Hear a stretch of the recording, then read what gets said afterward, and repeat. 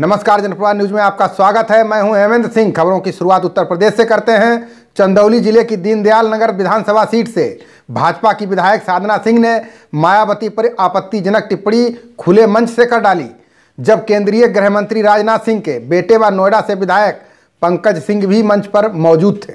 देखिए भाजपा के खुले मंच से साधना सिंह मायावती पर किस तरह से हमला बोल रही हैं। पूर्व मुख्यमंत्री न महिला में लगती है न जेंट्स में लगती है, इनको तो अपना सम्मान ही नहीं समझ में आता। हम लोगों को वो महिला कहने में भी संकोच लगता है कि वो तो किन्नर से भी ज्यादा बदतर है। साधना ने कहा कि मायावती ने सुख सुविधा व सत्ता के लालच में अपना सारा सम्मान बेच दिया है। साधना ने चीरहरण का उदाहरण दिया और महाभारत की उस द्रौपदी के बारे में बताया जिन्होंने चीरहरण करने वाले से बदला लिया था, लेकिन मायावती ने तो अपना पूरा सम्मान ही बेच दिया। आज वो महिला एक स्वाभिमानी महिला थी, आज की महिला सब कुछ लूट गया, उसके बाद भी कुर्सी छड़ पाने के लिए अपने सारे सम्मान को बेच दिया। ऐसी महिला नाम लेने वाली मायावती जी का हम इस कार्यक्रम के माध्यम से तिरस्कार करते हैं। आगामी लोकसभा चुनाव की सरगर्मियां अभी से तेज हो गई हैं। सपा बसपा एवं रालोद के गठबंधन के बाद शिवपाल यादव और भी सक्रिय हो गए हैं। बलिया जनपद के सहेतबार पहुंचे प्रगतिशील समाजवादी पार्टी लोहिया के राष्ट्रीय संयोजक शिवपाल सिंह यादव ने सपा बसपा और कांग्रेस को धोखेबाज बताया। वहीं पीएम मोदी को भी नहीं बख्शा। उन्होंने कहा कि प्रधानमंत्री नरेंद्र मोदी ने देश की जनता से जो वादे किए थे उन्हें पूरा नहीं किया। जीएसटी और नोटबंदी से जनता को क्या लाभ हुआ, भाजपा सरकार इसका जवाब दे। बलिया जनपद के सहेतबार में आयोजित स्वर्गीय बद्रीनाथ सिंह के 17वीं पुण्यतिथि पर पहुंचे शिवपाल सिंह यादव ने सपा बसपा गठबंधन को बेमेल गठबंधन बताया। उन्होंने कहा कि एक ने पिता को तो दूसरे ने पार्टियों के साथ धोखा दिया है। शिवपाल ने मोदी सरकार पर आरोप लगाते हुए कहा कि इस सरकार में ना ही देश सुरक्षित है और ना ही सीमाएं। शिवपाल ने कहा कि वे सपा को छोड़ना नहीं चाहते थे, लेकिन घर के भेदियों ने परिवार के टुकड़े कर दिए। शिवपाल ने प्रोफेसर राम गोपाल के उस बयान का भी जिक्र किया कि अगर वे अखिलेश के खिलाफ पूर्वांचल में बोलेंगे तो पिटेंगे। शिवपाल ने कहा कि वे लगातार जनसभाएं कर रहे हैं पर कोई सामने नहीं आया। साथ ही मायावती को गेस्ट हाउस कांड में खुली चुनौती देते हुए नार्को टेस्ट कराने की बात दोहराई। जैसे पूर्वांचल में जाएंगे, कहीं जाएंगे तो पिटेंगे, किसने कहा था? सोच समझो।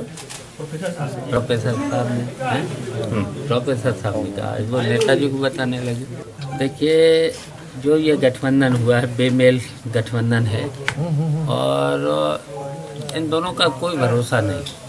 देखिए मैंने स्पष्ट अभी किया था कि अखिलेश ने तो नेताजी को धोखा दिया, मायावती ने भी धोखा दिया, कई बार धोखा दिया और कई बार भारतीय जनता पार्टी से मिलकर के सरकार बना चुकी है।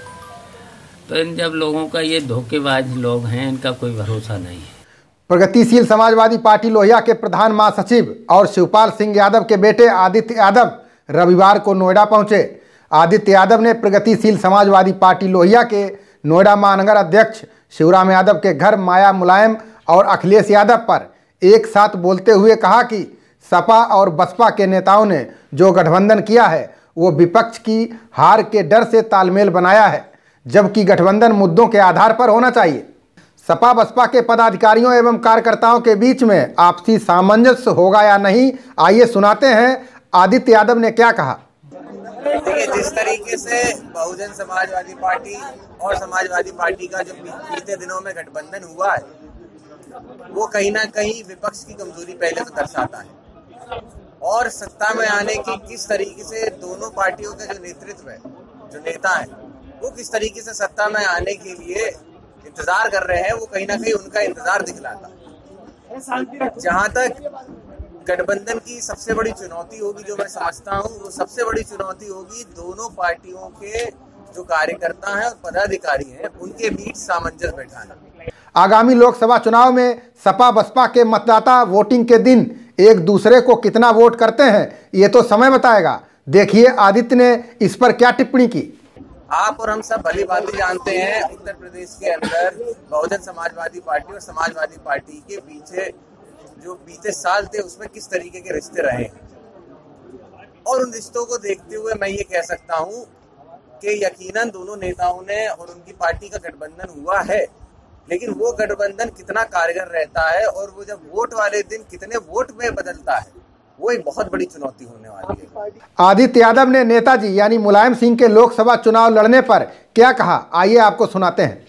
देखिए, हमारे नेता माननीय श्री शिवपाल सिंह जी ने कहा कि हम सभी सीटों पर चुनाव लड़ेंगे। जहां तक मैनपुरी की बात है, अगर नेताजी वहां से चुनाव लड़ते हैं तो हम नेताजी के सर्वोपरि नेताजी हमारे, तो हम वहां से चुनाव नहीं लड़ेंगे। अगर नहीं लड़ते हैं तो हम लोग वहां से भी चुनाव लड़ेंगे। आने वाले समय में किनके साथ रहना है नहीं रहना है, ये हमारी जो कमेटी है, जो नेता माननीय श्री शिवपाल सिंह जी है, ये उनका निर्णय होगा। हमारी कमेटी, हमारी पार्टी ने पूरी स्वेच्छा से एक आवाज से उनको पूरा निर्णय लेने का पूरा अधिकार दे रखा है। यूपी में सपा बसपा और रालोद का गठबंधन होते ही मुख्यमंत्री योगी के मंत्री शहर शहर गांव-गांव जाकर सरकार की विकास योजनाओं का प्रचार प्रसार करने में जुट गए हैं, ताकि बीजेपी का वोट बैंक बढ़ाया जा सके। इसी के चलते शाहजहांपुर में कैबिनेट मंत्री ब्रजेश पाठक ने ब्राह्मण समाज को इकट्ठा कर एक जनसभा की, जहां उन्होंने केंद्र सरकार की 10% आरक्षण की उपलब्धियां भी गिनाई। शाहजहांपुर के गांधी हाल में हुए एक कार्यक्रम में जिले के सारे ब्राह्मणों को एकजुट कर उन्हें सरकार की उपलब्धियां गिनाई गईं। वहीं दूसरी ओर हाल ही में सभी जातियों को 10% आरक्षण की उपलब्धि भी बताई गई। मीडिया से बात करते हुए कैबिनेट मंत्री ब्रजेश पाठक ने कहा कि ये गठबंधन पूरी तरह से चूके हुए लोगों का गठबंधन है। दोनों दल जनता द्वारा नकारे गए दल हैं। उनको लगता है कि गठबंधन के सिवाय उनके पास कोई विकल्प नहीं बचा है। भारतीय जनता पार्टी के कार्यकर्ता राष्ट्रीय नेतृत्व के आशीर्वाद की बदौलत एकदम तैयार हैं। देश की जनता की मदद से वो 80 में से 73 से अधिक सीटें जीतेंगे। भगवान श्री राम का मंदिर भव्य बने, ये देश का हर नागरिक चाहता है। भारत एक लोकतांत्रिक देश है। माननीय न्यायालय से अपील करूंगा कि वो शीघ्र निर्णय दे, ताकि मर्यादा पुरुषोत्तम राम का भव्य मंदिर का निर्माण शुरू हो सके। आप अच्छी तरह जानते हैं कि ये गठबंधन पूरी तरह से चुके हुए लोगों का गठबंधन है। दोनों दल जनता द्वारा नकारे गए दल हैं। अब उनको लगता है कि इसके सिवाय उनके पास कोई विकल्प नहीं है, लेकिन भारतीय जनता पार्टी के कार्यकर्ता राष्ट्रीय नेतृत्व के आशीर्वाद की बदौलत एकदम तैयार है। उत्तर प्रदेश की जनता के समर्थन से हम 80 में से उत्तर प्रदेश के सीतापुर में जनपद में इन दिनों हरे पेड़ों को काटने वाले लोगों का आतंक चरम पर है। यहां आम के हरे पेड़ों की आहुति दी जा रही है। पूरे मामले में विभाग मूक दर्शक बना हुआ है। सीतापुर जनपद के मानपुर थाना पुलिस व वन विभाग की मिली भगत से लकड़ी के सौदागर आम के हरे पेड़ों की आहुति दे रहे हैं। आम के पेड़ों को काटने का काम लगातार चल रहा है। वन विभाग व यहाँ की पुलिस किसी तरह की कार्रवाई नहीं कर रही है। ऐसे में मिली भगत की आशंका करना गलत नहीं होगा। इस वीडियो में आप देख सकते हैं पूरा का पूरा बाग ही लकड़ी के व्यापारियों ने उजाड़ दिया है। हरे पेड़ों पर आरी चलाई गई है। इन पेड़ों को काटने की कोई अनुमति भी नहीं ली गई है। देश प्रदेश की खबरों के लिए जनप्रवाद पर बने रहिए। नमस्कार।